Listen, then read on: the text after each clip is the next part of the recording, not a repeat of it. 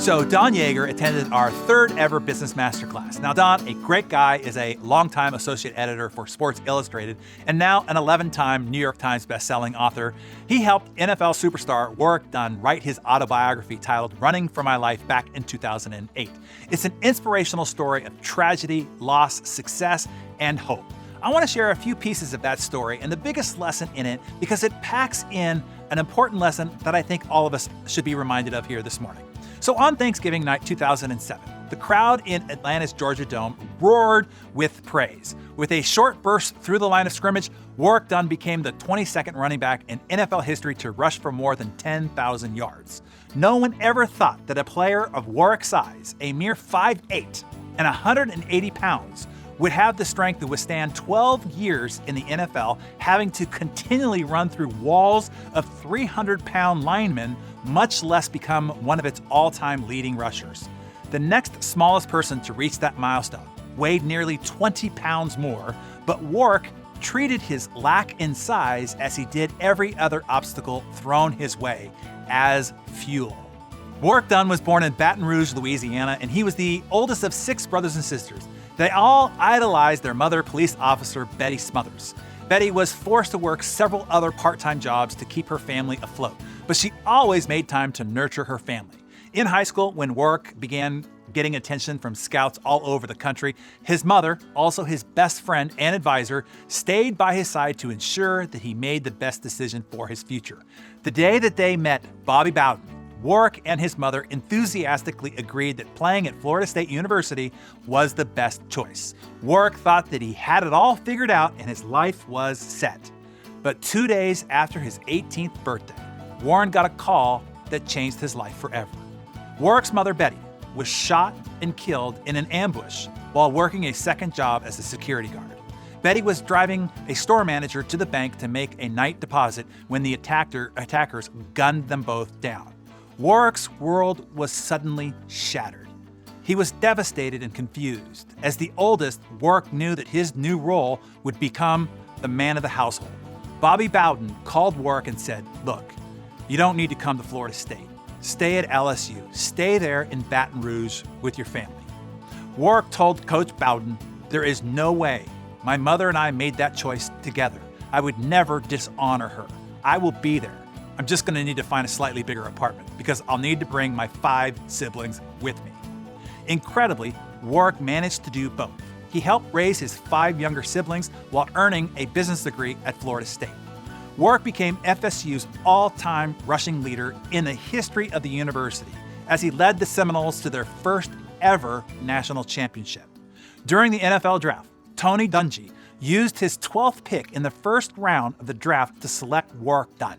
Dungy's other coaches violently opposed. "What are you thinking, Tony? The guy is too small. There's no way he's gonna last in this league." Dungy replied, "Everybody else measures athletes by their height and weight. I measure them by the size of their heart." In his first year in the NFL, Warrick was named Offensive Rookie of the Year and earned 3 Pro Bowl selections in his career. Warrick rushed for over 11,000 yards, 4,000 receiving, holding 5 Tampa Bay Buccaneer franchise records and at least 11 Atlanta Falcons franchise records. When he retired, he became the first African-American part owner of the Atlanta Falcons. But that's not all. During Warrick's first season with the Tampa Bay Buccaneers, he's driving down the street. He saw a woman at a bus station with a child on her hip and another holding her hand. She reminded him of his mother. Warrick's mother always wanted to own a home, but she couldn't afford one. As a child, he grew up in various apartments and rental homes as his mother lived paycheck to paycheck as a police officer. That is when Warrick founded Homes for the Holidays to honor his late mother's dream of home ownership. His foundation buys, furnishes, and fills the refrigerator for struggling single moms. Today, 198 single moms with 518 children are living in homes because of Warrick's work. During the research phase for Warrick's autobiography, Don asked him if he ever got a chance to meet the man who killed his mom, what he would ask him. "Whoa," said Warrick, "that's more than I thought we'd be talking about today," and he got up and he left the meeting.